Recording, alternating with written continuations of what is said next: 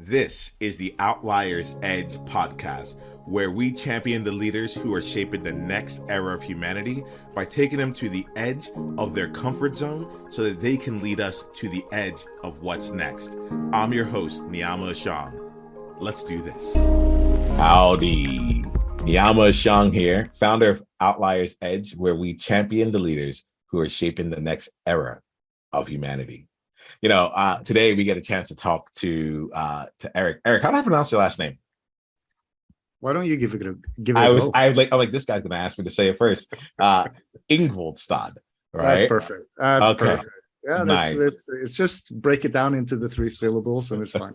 All right, perfect. So we're talking to Erik Ingvoldstad, and Erik is someone who is I met in Singapore, and he's been one of the more formidable people in my life. So Erik, how I like to start off these conversations, just to let you know who you are to me in this moment. Buckle up.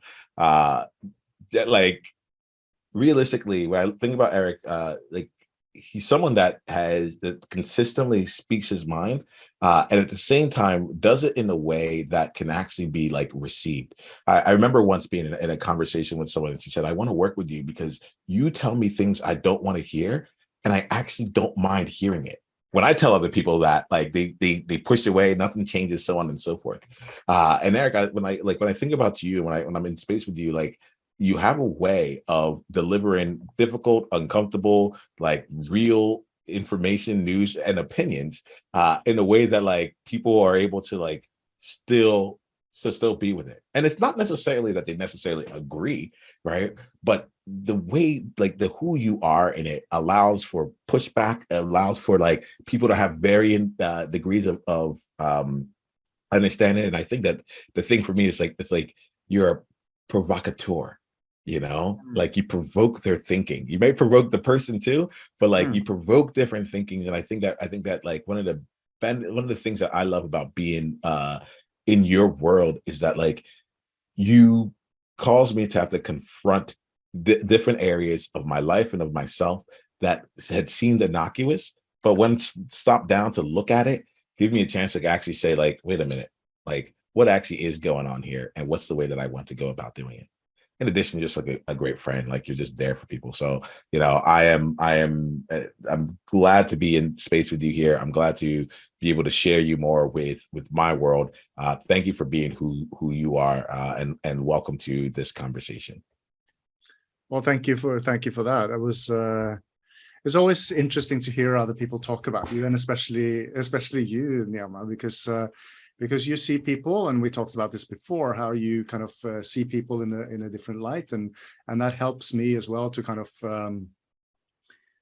understand. I'm constantly trying to understand who I am, right? It's not something that happens. It's not like you wake up at 11 years old and you go, "Oh, I know who I am, and I'm going to be that person for the rest of my life." It's not how it works. And to your point, I can be quite provocative, and I think in my younger days, that kind of, I almost said I want people to dislike me. Not everyone, but some people. I'd rather have them hate me or love me than something in the middle. But I think that's changed over time as I got older. Yeah. And I don't really want to be disliked, of course, because who does? But I haven't kind of given away that edge of brutal honesty. And brutal honesty doesn't mean you tell people that they're ugly or that they don't know anything or stupid or anything like that. That's not brutal honesty. That's just being a jerk. That's not what I'm talking about. I'm talking about this ability to kind of go connecting things to the real world. How is this going to impact people? What you're saying, it doesn't impact people, or what you're saying will negatively impact people. And then it's my job as a person, as a human being, to kind of go, no, I think you need to look at this from another angle. I don't really care about my own opinion so much. I know it seems I do, but it's not really about my opinions. I'm really focused on, well, my thing is solving problems. That's what I love to do. I call them problems. I don't call them challenges. I don't call them barriers or anything like that, because those things you can deal with another time. I call things problems, and I think I'm pretty good at identifying problems and going like, there's got to be a better way of doing this.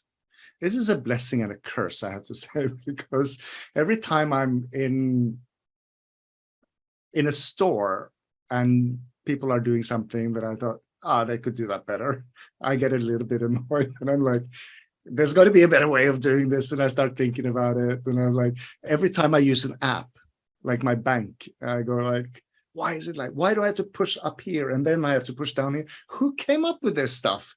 Yeah. Like every time I read an ad, because I used to be an advertising, right? Every time I read an ad, I'm like, who writes this stuff? You know, it's terrible. And so it's kind of like, and my wife, I keep like going on about these things, and she's like, yeah, it's gonna be fine. You know, just leave it. I gotta say two things. I had a heart moment. I was like, you're not gonna to say anything about your wife where it's like, well, this could be better. I was like, hopefully you're not crossing that line. But there was a moment where I like everything that I see that I don't think is good, I will say. But I will also say when things are great. Yes. And especially because being a European man in Singapore, you have to be aware of how you speak to people. It's very, very easy to become the person who is always like the angry Ang Mo. Ang Mo, for those who don't know, that's what they call white people in Singapore. It's not offensive. It's just kind of the thing. And you get things done by raising your voice, by being annoyed. You get things done, and it's very hard to then not kind of use that to get your way. And I try to be conscious about it.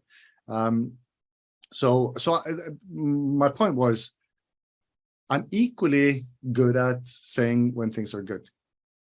So I tell people, I say, I want to take the time to say that you did a great job, or you really helped me today, or things like that, because it's so easy to kind of focus on the negative and then not focus on the positive.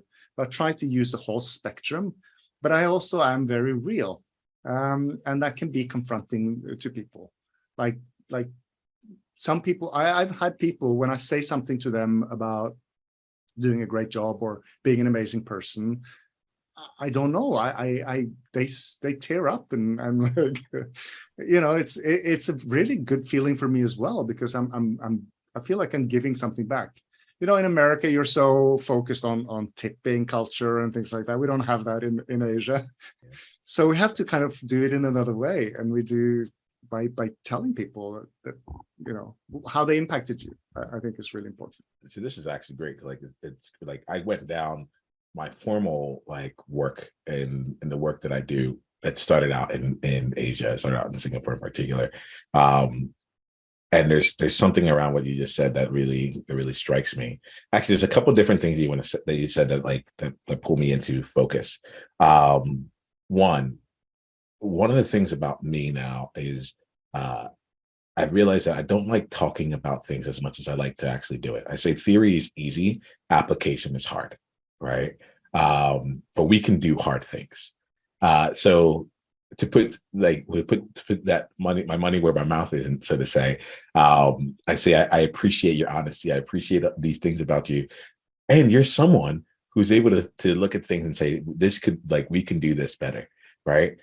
If that happens for you in the middle of this podcast conversation, in the middle of this conversation, you're just like, Niiamah, you asked me this question, we can better up that question, you know, or we can do this here, we can do that.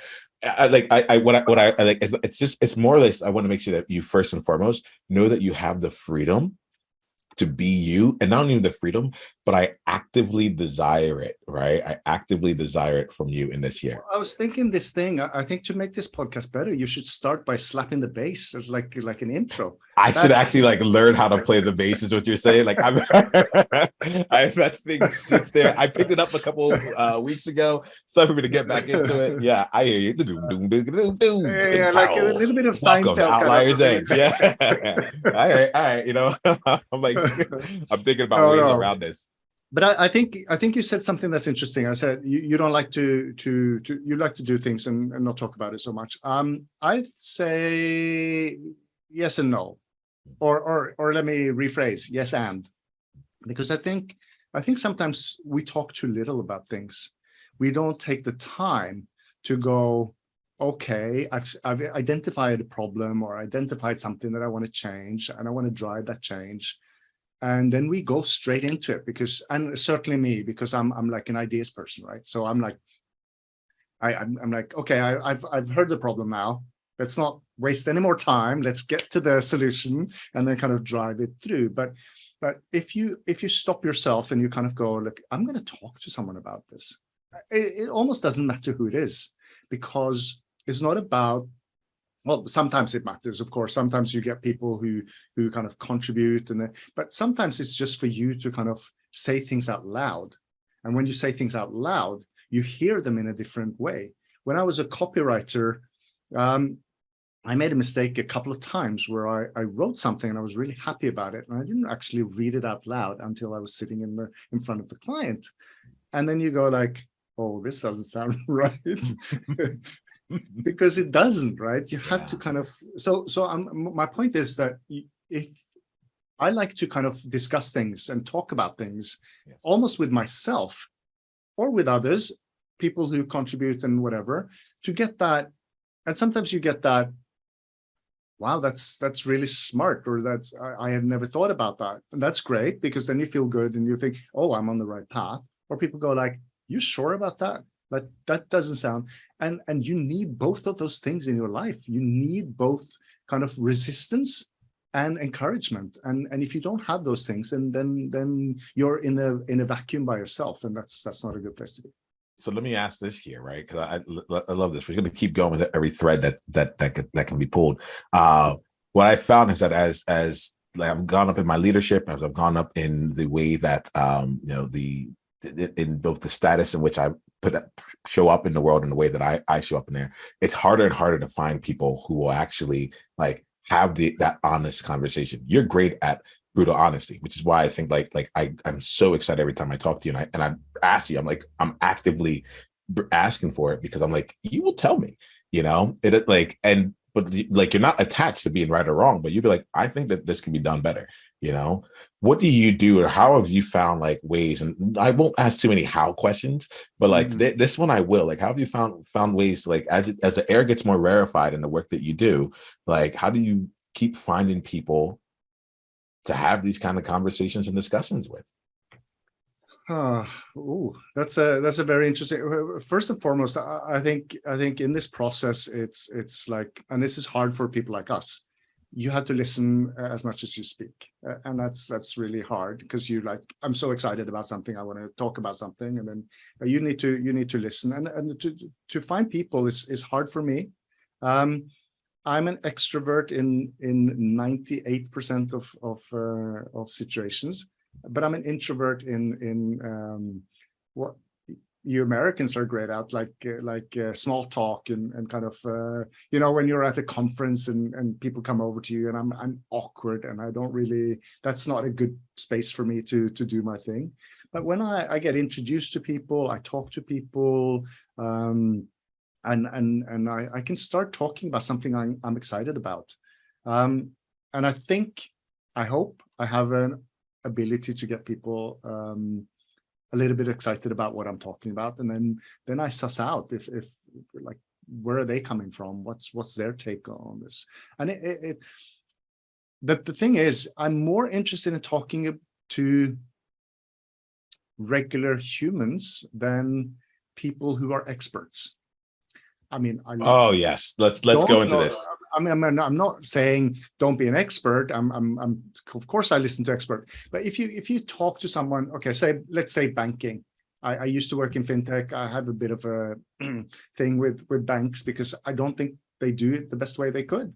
They recruit the same people, so they have only the same crowd that they listen to, and I'm like, I don't really need to hear what you have to say right now. I want to hear what your customers have to say, or anyone who uses whatever platform or whatever product you're putting out there, because they know that it's not great. They know that it's too cumbersome or takes too much time, or it's like we as companies, we have this idea that people care. They don't care. They don't care about you. They don't care about your brand. They don't care about any of that stuff. They care about themselves. They care about their family. They care about their wallet. Those are the things that they care about, their time. So when you kind of infringe on any of that, right? You infringe on their time, you infringe on their wallet, or you infringe on their themselves or their family, they're not going to love you. The only way for companies to get someone to love you is to do that part well, to really understand what the problem is, how we can solve that problem, how we can help you today, and get things done. It sounds super basic, but to me, that's like the core of everything. When I work... Let me ask you this question again. It sounds super basic, but to you, it's the core of everything. If you had to bottom line that, right? Because I love, like, I'm in here to try and get to see you too, right? Mm-hmm. So if you had a bottom line, like, what's the core of everything for you? Like, what would you say? I'm going to say simplicity. Yeah.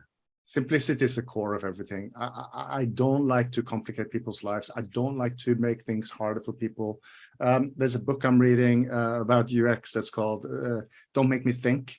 And I think that's really interesting, because it's like, don't make people go, aha, I wonder, even when I was in advertising, I thought this, like, no one's going to go, that's a very clever headline. I wonder what they meant by that. I'm going to spend another 5 to 10 minutes thinking about it. That's not going to happen. That doesn't happen. People go like, don't get it, move on. And you've wasted that opportunity. And the same thing is in digital tools or any kind of customer interaction, is like, if you make it hard for people, they're not going to like it. If you make it easy for people, they're going to love it. So simplicity to me is almost like the basic of everything. It's with your kids as well, right? So your kids ask you something, and then you make it really, really complicated, and they lose interest, or they get, they don't get it. And then you go, okay, let me put this really simple. Let me break it down to something simple. I cook a lot. Yeah. I won't say my food is simple, but I like to kind of keep it real. I try to make simplicity out of complex things. This is something that, like, strikes me in what you're saying, and me, I listen to the words that we say, and I look for distinctions in here to see, like, where's the power between choosing, like, where's the power that lies in the word. And I'm actually, we at some point we started using like hard and easy, and there's a part of me that wants to just like see, like, is this hard and easy also equal the same as simple and complex? Like, I see that, like, yeah. So what's it like? What was the distinction for you that, like, because I can imagine that there are some things that are really simple, like, oh, it would be simple to tell the truth. Like, if you want to clear this relationship with, like, what happened with you and your best friend, go tell the truth about what happened there, like on that day. But that can be incredibly hard to do, Yeah, no, I think there's many things that are hard to do, that can be really simple in its essence. I don't know, I'm not a mountaineer, but you go, okay, there's a mountaintop there. You just go up there. Let's go up. It's like, well, you're here. If you go down, you're going the wrong way, right? So you're like, okay, it's up. And you keep it really simple, but it's really hard to execute on. And I think simplicity is really actually one of those things that are really hard to achieve.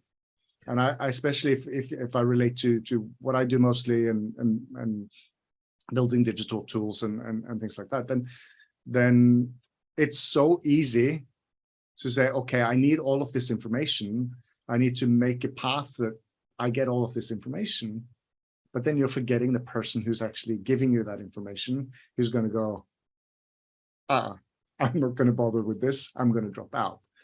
So making things simple is really a difficult thing to do, but it's core, I think, in every type of, and it doesn't.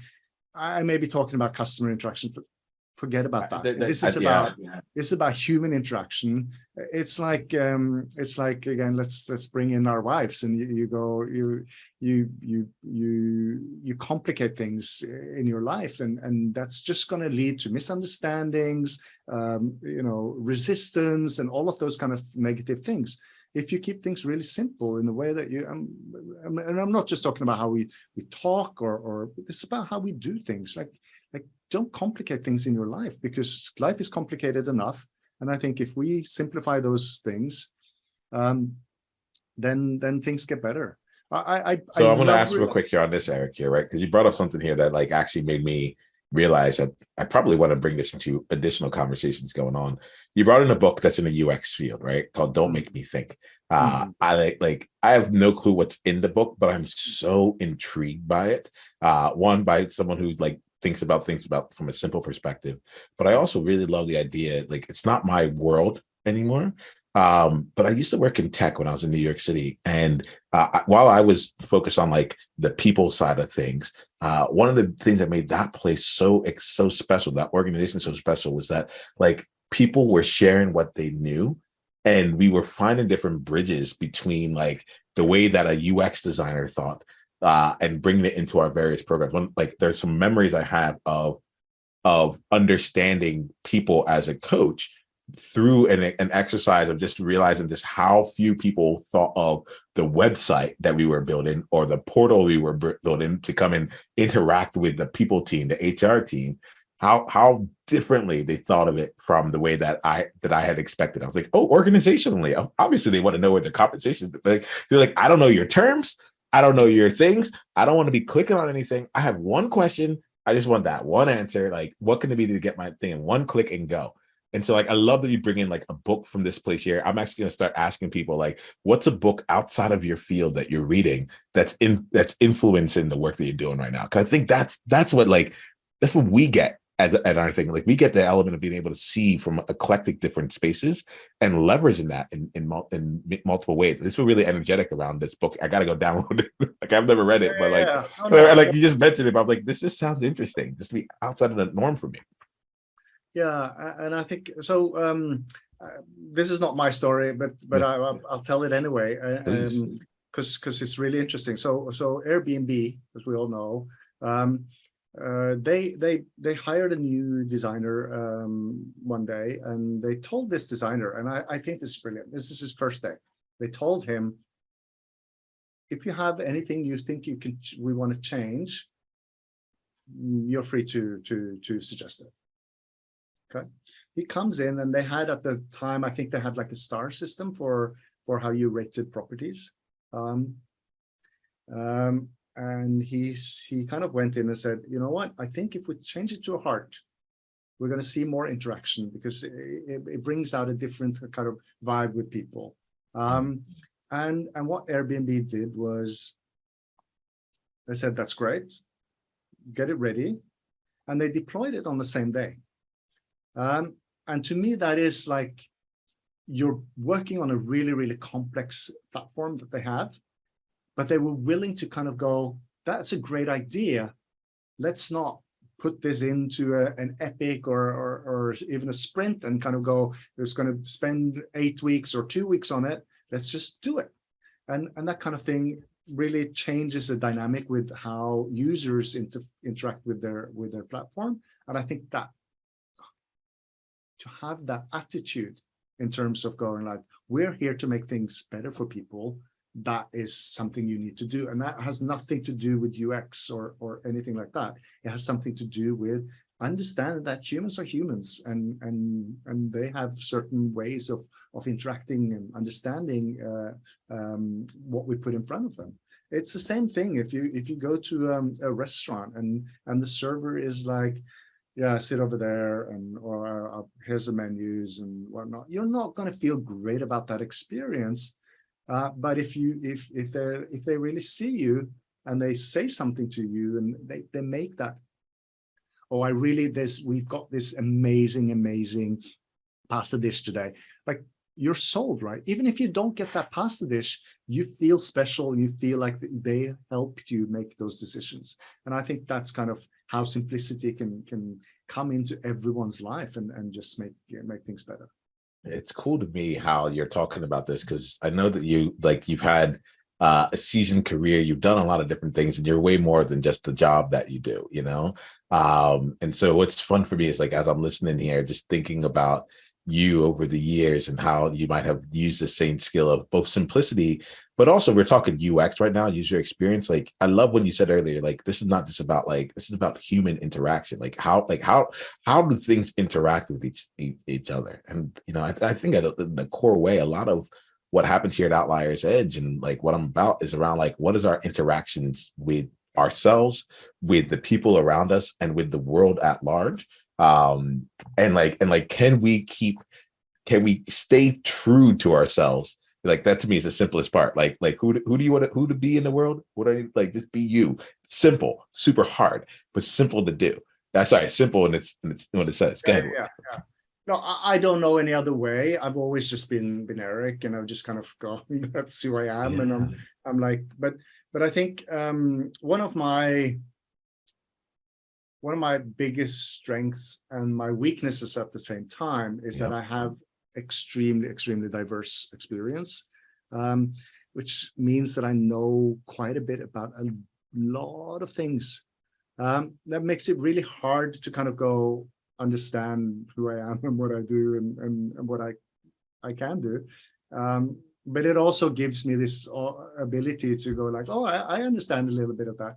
Okay, maybe not, very, very technical stuff. I'm not an expert in that, but the fact that I've learned a little bit about everything gives you this opportunity to say, okay, but if that works here, I know that there's something else that we can pull in here, or I've heard about something that we should look into, a technology that can maybe solve this problem. I don't know about that technology. I mean, I can't program that technology, but I can kind of go, hey, if that works over there, could that possibly be used over here? And that is, I think, the opportunity to go to understand how technology works and all of that. But again, it's so funny when you ask that question there. One of the things that came up my mind was like the power of a dumb question. It's a really simple but dumb. Always be the stupidest person in the room. That's the best thing to do, because if you do that, you're always asking questions. You're always kind of trying to figure out how this works. And I've done a lot of kind of not so much. I've done some focus groups and all of that, but interviewed people. I used to write for like magazines and stuff for mostly for clients, but also like food magazines. And interviewing people is it's one of the favorite things of mine to do. I don't do it enough, because you get this opportunity to do, and you're good at this as well, to kind of do follow-up questions. Like, oh, that's really interesting. What does that mean in relation to this? Because when you start doing that, you kind of go, your mind is going like, okay, I'm connecting the dots here, and I'm trying to get a thread out of this. I'm rambling now, right? But at the same time, we're having quite an interesting conversation because it is connected. And people, I don't know if they're watching this and listening to this, they go like, okay, that guy's rambling. But at the same time, I hope that we're talking about things that are core to how we interact with other people. Absolutely. And again, absolutely. that's all it's about. And that's not even because we have a tendency to frame everything in our world, right? In a kind of like a modernized industrial world. But if you go outside of our comfort zone and you go into other countries and other people, then you go, it's the same for them. It's the same for them. And I mean, maybe they're even better at kind of seeing simplicity in life than we are, because we're so wrapped up in our own kind of complexity and whatnot. There's a few different things that you brought up here that come to my mind when you hear, like, one of them was the element of rambling. Just so you know, in my space here, I give space for rambling. And there's kind of two reasons. One, I get instantly bored when people talk about things that they already know. Like Mm. if you already know it, go make like a, I don't know, go write about it. Get like I just don't have to be in conversation for you to talk about things that you already know. I don't mind you talking about things that you already know, and we find something in that that is new to you, you know.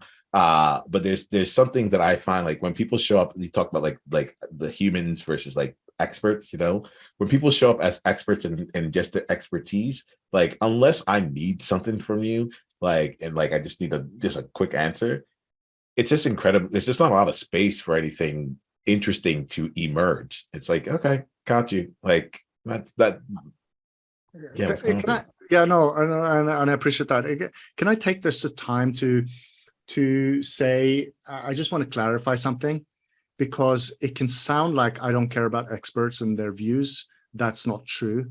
So when it comes to health and things like that, I'm going to listen to the experts, the doctors, and all of that, not the nonsense people. I just want to be very clear.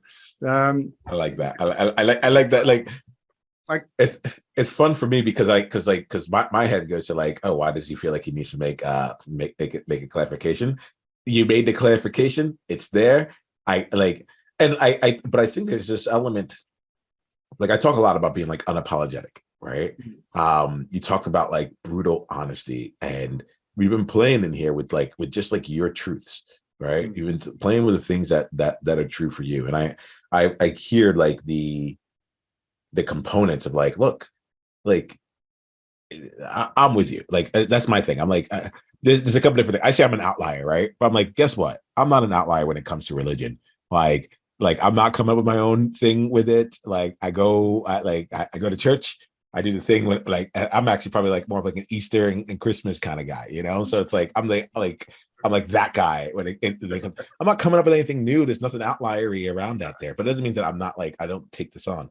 I don't feel that, and so I also feel that with you, where you're like, look, when it's time to listen to the experts, I'm in. But just because you're an expert does not mean that they just wearing that badge. Like, great. If I'm a doctor, if you're a doctor, and I've come to your office and I've talked to you about the thing, and you're actually have like your field is in what I'm looking for, tell me. I'm no, but listening.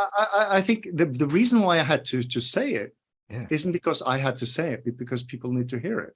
Because we live in a world where everyone has their own interpretation of things.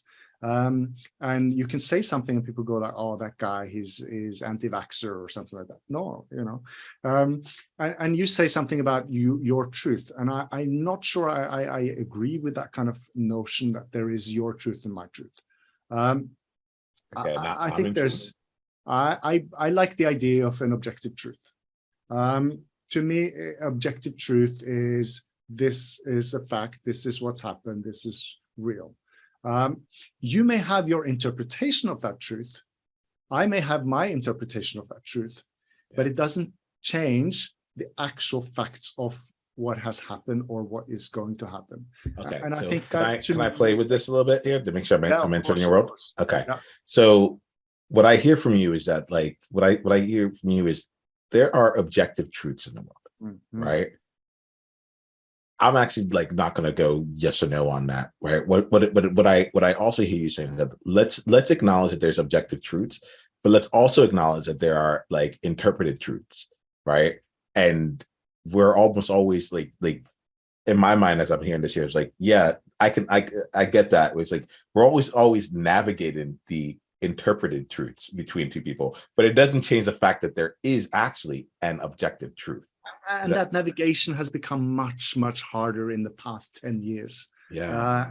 And obviously social media has kind of, you know, created a death spiral of what the truth is. And that to me is very frustrating. And I think like we're living in a world where people can just say anything and they say, well, it's my truth. So, you know, that's what it is.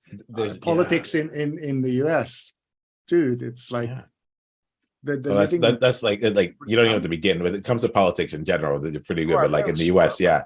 but Yeah. let's, you know. There's something in that I think is also really important, right? Because we talk here like in Outliers Edge, we talk about like, you know, being able to be unapologetically yourself, right? And then there's some things, and the idea here is to not apologize for who you are, to understand that like sometimes it might cause someone pain, and if you choose to like, you can choose to clean that up, but you're not apologizing for who you are, right? And I think there's something here in the elements of truths that it's fun playing with you, because like you're someone, as we're talking, it's like there are when you talk in what sounds like objective truths, even though they are still your interpreted truths, right? That's one. But you're also like a really great example of what it is that like I feel like of how you want the interactions to be, right? Which is like, look, you're going to live in your interpreted truth. You're going to present your interpreted truth, right? But you're also like, you're down for the conversation. Like, I'm not here to be right. I'm here because I think you need to hear it. And you can let me know I didn't need to hear that. And that's okay too. Or we can open up the conversation and I might go back and forth. But it's just, I like, there's a part of me that is in this conversation with you, like living and recognizing how awesome I think you are. And also living and recognizing and thinking to myself, who are the people who are like Erik that are turning things down just a bit, or the people who are like Erik who have decided to turn things up, and like what's the way that we can take the last part of our conversation to like really play in that space? Because I don't think that the message here is, hey, if you're like not speaking your truth, like it's time to start speaking your truth. I don't think you're that person. I think you're the kind of person who's like, I've always spoken. I have chosen brutal honesty my entire life. So like the path to get in that is not your path. You start there as a default, right? So let me ask you, like, what's been like, what would you say, like where's the interesting part? Because it is different for me. I'm a recovering people pleaser. I've been PC, like politically correct my whole life. I didn't cuss. I cussed once when I was in fourth grade. I even say cuss. I don't even say curse. But I cussed when I was like in fourth grade, 10, like 8 years old. I had to write the person I had to write a letter to the person who I didn't say, I said a-hole. That's what I said. I just said the word a-hole. I had to write a letter to the person I sent it to, the teacher who heard it, and the principal of the elementary school. I didn't cuss again until 10 years later. Like not 10 years, but like 6 or 7 years later. Like that was the first time I said like a cuss word again, you know? So like there's an element in what you're saying where I'm like, okay, you get it. You get the power. Rather than like us going back and trying to say someone else who doesn't understand the power. For those of you who do, right? Like where should we take the conversation there? That brings out that provocateur in you that like gets us to see like what comes next. And I don't, it's really interesting. And I don't know how other people think, right? I only know my own reality. And I don't think I have that voice in my head that goes, be careful, turn it down, don't, and I lived, just on your cursing thing, I lived in Australia, right, for a while. And cursing over there, you're like in client meetings, and my CEO, he would use words that we can't even see the a-hole thing because it's worse than that.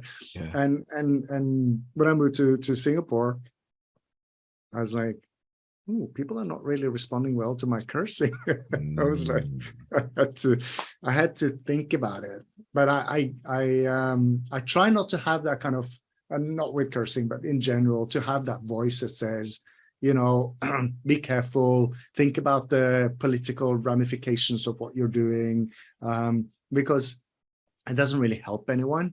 Now, I'm PC too, I think, in terms of what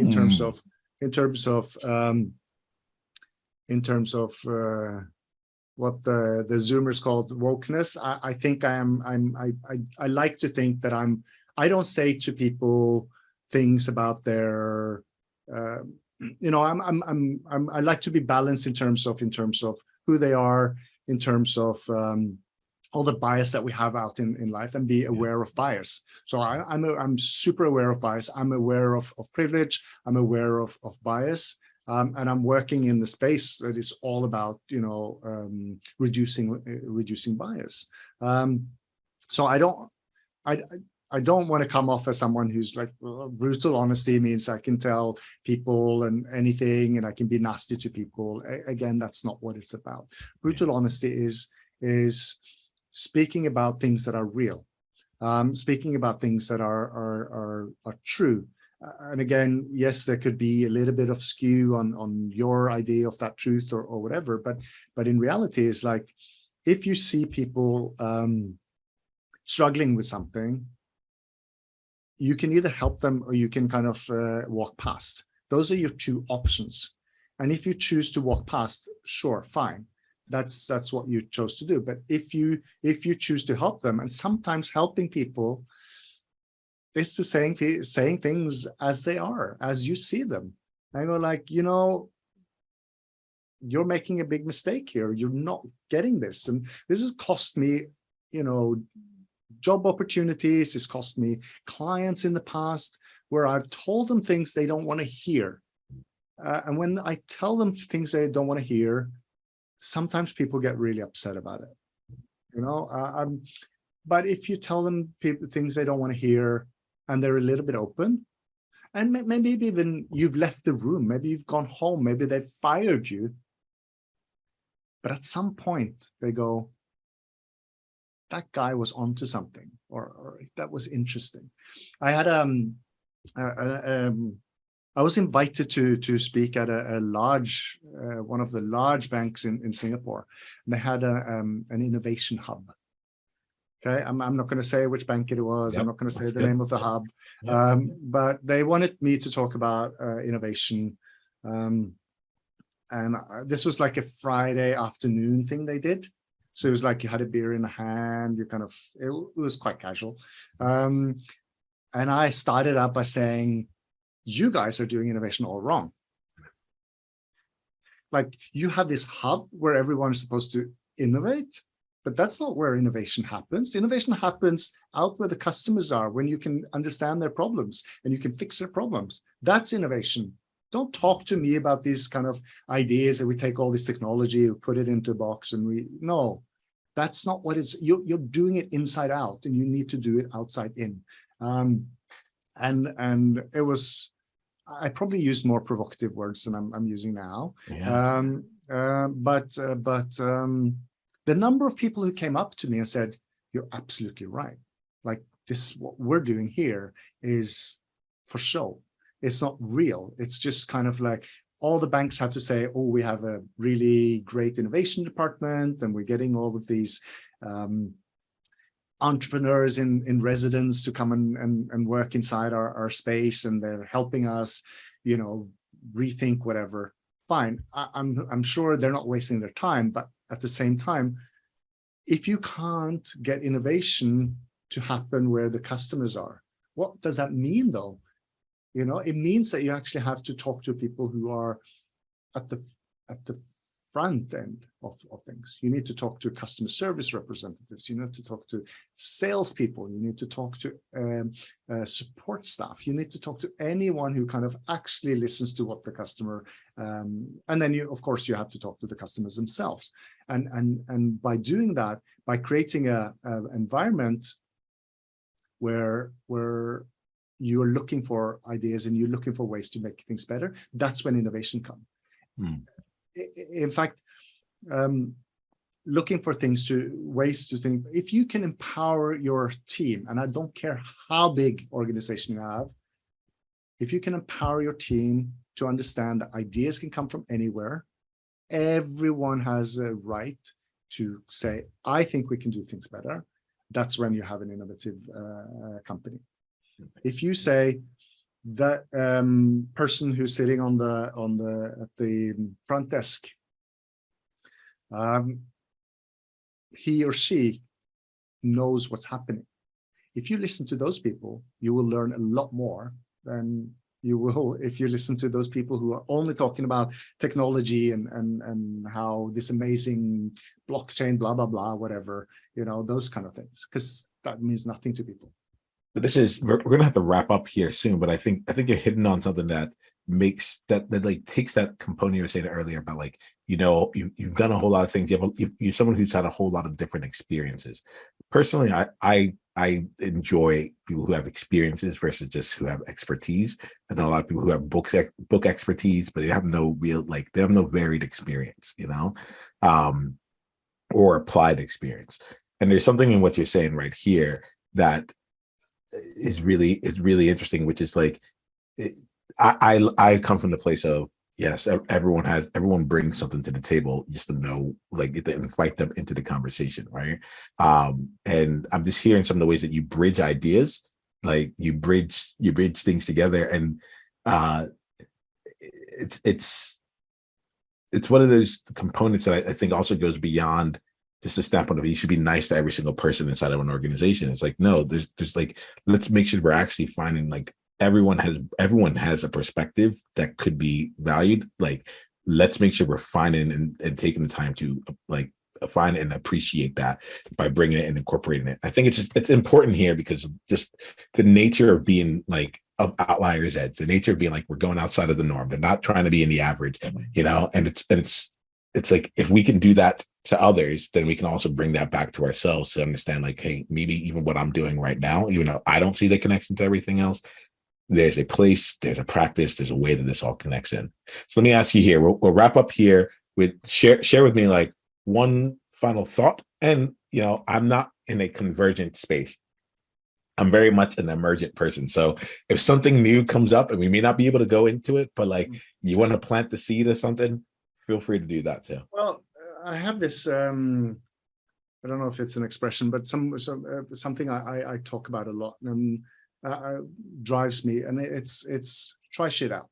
Mm-hmm. Try shit out, because unless you're unless you're a doctor, you know, don't try shit out. But if you're even working, that, still they do find ways to do that, right? Yeah. It's like you try something, you experiment. Prototyping is, I love prototyping, and I don't mean necessarily complex. I do a lot of UX prototyping, of course, but you know, take a couple of post-it notes and you create a mock phone, or you do something that you go like, how does this work? You know, try it out, try shit out, because if you try shit out, then you will know, you will understand things better. You go like, oh, this is not going to work because blah blah blah, or this is great because of this. And then when you kind of start trying shit out, and I don't mean this as something that only like UX people should do, or product development people should. No. I'm talking about CEOs. I'm talking about anyone who's got anything to do with anything needs to try shit out and take a chance, and you know, I understand you're talking about failure this month, and yeah, you're gonna fail. You're gonna fail. You're gonna have, you know, you're gonna end up doing something that's really bad, and it's not gonna work, and all of that. But from those kind of pieces that fall apart from that, you go like, okay, but that whole thing didn't work. But there was one thing that actually worked, and that was this little part. And I'm going to take that part, and I'm going to see what I can do with that. Yeah. And I think if we experiment more, and now I'm going to go on a tangent here, because if we experiment more, if we had the ability to teach our children in schools to experiment more, we would change the world. Because by experimenting, by trying shit out, we get people to go like, oh, this works. Science have been great at this, obviously. They've tried shit out. And that's why we have amazing computers and all of that now. Because these pioneers back in the 50s. I'm going to go even like before that, like, or alongside that. I feel like artists and such do something very similar. I just finished watching Everything Everywhere All at Once, and I looked at this here, and I'm like there was a scene in there that represented the world, like what I consider world joy. And I'm like, because I have that now, that image in my mind, I will spend the next 50 years of my life trying to make that come to life, right? But they put something out here, and I will try it out in as many different ways as possible. But it's like these things work together. Keep going. Sorry, there's something in there around. I think that I'm passionate about, because I used to teach creativity. and Oh, and that's interesting. and writing and creativity. And it was very interesting because I always had people who I would ask them, who here is creative? And only one or two would raise their hands because it's really embarrassing to say that you're creative. And I said, okay, no, everyone's creative. You just need to unlock it. Like everyone has the ability to question things, and questioning things is the path to creativity, right? You go like, why is it like that? Why is it, my son, he's the most inquisitive person on the planet. Yeah. Papa, why? But Papa, why? Why is it like that? Papa, why? And I have to explain it. And this curiosity that we have as children is killed in schools. I'm sorry to say, it's killed in schools because we have to do things the way it says in the book, and we have to write the answers like the way it is. We don't leave room for experimentation. We don't leave room for people to go, okay, I understand that, but they get to the end point in a way that works for their brains, and that's what we should teach them. So the idea of just kind of going, experimenting, trying things out, doing things differently. You're cooking, okay? You got chicken, you got your stuff, and you go like, today I'm going to try something differently. You may fail, but what's the cost of that? Okay, you have to eat a meal that doesn't taste amazing. Fine, no one got killed. Okay, don't kill people. But that thing is like, yeah, you're trying something. You're cooking. You're making your creativity shine, and you're gonna fail. You're gonna stumble. You're gonna do all of those things. But if you don't do anything, you're gonna get to my age, and you look back at your life, and you're like, oh, what did I do? Well, that's it. We're gonna wrap up. We're gonna wrap up pretty much on that. But like, I have this thing around people who are like you have no idea about my experience, and actually, I'm like, I kind of do, because you told me it's just the same experience over and over and over and over and over and over and over again, right? As opposed to trying things out and like having varied experiences, so that there's a difference between someone who's had 20 years of experience working in an organization. I know you probably have met these kind of people from 20 years of experience. They've done basically the same job their entire time, same clients, same things over and over again. And there's someone else who has 20 years of experience, and every 2 to 3 years they're doing something new. And I think that I want to wrap this up. I don't mind. I think we might bring you in for another conversation. We might go play with some things. I kind of get the sense of like, yeah, I'm like, how can we play with it? It's more from the standpoint of like, I enjoyed this conversation a lot. I'm hearing a lot of like, there was through lines that you had here around trying things out. We talk a lot, like we talk about like the transformation framework, and part of the rambling for me is trying things out. You talked earlier about like, hey, it's important to get it out of the head and just get it out like in front of you, like just even if you're talking to yourself, get it out. That's a way of prototyping something. I tell that to my team. I'm like, hey, like it is important for me to talk to you about this here, because in my head it has infinite combinations. When I say it out loud, I've been left with just the one, and then we get to test that out. I get to test, like, can I even articulate what's in my head? Oh no, that's not in a weird dimensional space. The world doesn't actually bend that way, so on and so forth. So I really appreciate you bringing this into the space here. I think we will have additional conversations. I think I'd like to bring you on for other conversations here. There's things that you do that I like the element of like choosing. You can't help but be you, and you choose to be you so gloriously that it's absolutely wonderful to be with, right? I love that. You're like, look, I'd rather, like, there's gonna be some things that either repel people or bring them in, but I'm gonna say it, and I want to say it, and you do it with awareness. I feel like you do it with care, you do it with intention. So let's do this here. We're going to wrap up in this way. Can you share with me, if someone's interested in this, like in continuing the conversation with you, they're interested in the work that you're up to and so on, like what's the best way that they can continue or go deeper with you? In my mind, I'm like, if someone also has some brutal honesty for you, like what's the best way to get? I don't really know. I don't know. Would you mind if they reach out to you on LinkedIn or anything like that? They can reach out to me on LinkedIn, on Twitter. You can find me. There's not that many Erik Ingvoldstads out there. Erik with a K is important. That's I'm Norwegian. I'm not like French. Yes. All right. So we got that. And then I like to end our conversation with this. You have a lot of wisdom in you, right, in this current moment, and there That's may be a it's, time it's called age. It's called age. that this is varied experience. We've been over this, right? Here's a question I have for you, and this is here to be in service of you. You have a lot of wisdom in you in this current moment, and there may be a time in the future that you may need to be reminded of something that you know right now, that just like that would just be there. I call this a time capsule question. If you're going to leave a message for yourself that a future Erik would come back to, what's the message that you feel would be the most impactful? I don't want to make it that complicated. What's the message you want to leave for yourself? Should you come back to this later on? I don't want to say platitudes like never give up, but no. Just like talk to you. What's actually going to get through to you? You're not stupid.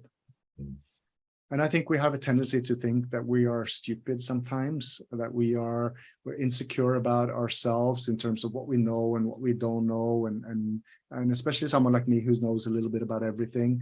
But I don't really know depth about, very specific things. So I think to remind myself, I'm not stupid. I'm someone of worth, and I can take that smartness that I have and use for good, for making things simpler for people, because that's my mission, right? Nice. We're gonna let that go from there. That was for you. This is my gift to you to leave this message and just see that here. All right. Thank you so much, Erik, for being in conversation. I'm looking forward to everything you create from here. Just take care, and thanks for being you. Thanks, Niiamah. I love you, man. We'll speak soon. Most certainly. We're just getting started. Take 10 seconds to think about your greatest insight from today's conversation. And if you're ready to go and bring this to a deeper, more applicable level for you, come and join us in an upcoming masterclass. Go to outliersedge.com/masterclass to be coached live and to bring your aspirations, your goals, and your challenges and have them handled in real time. This is high flame, high impact, high transformation. Go to outliersedge.com/masterclass and come experience your next level of leadership.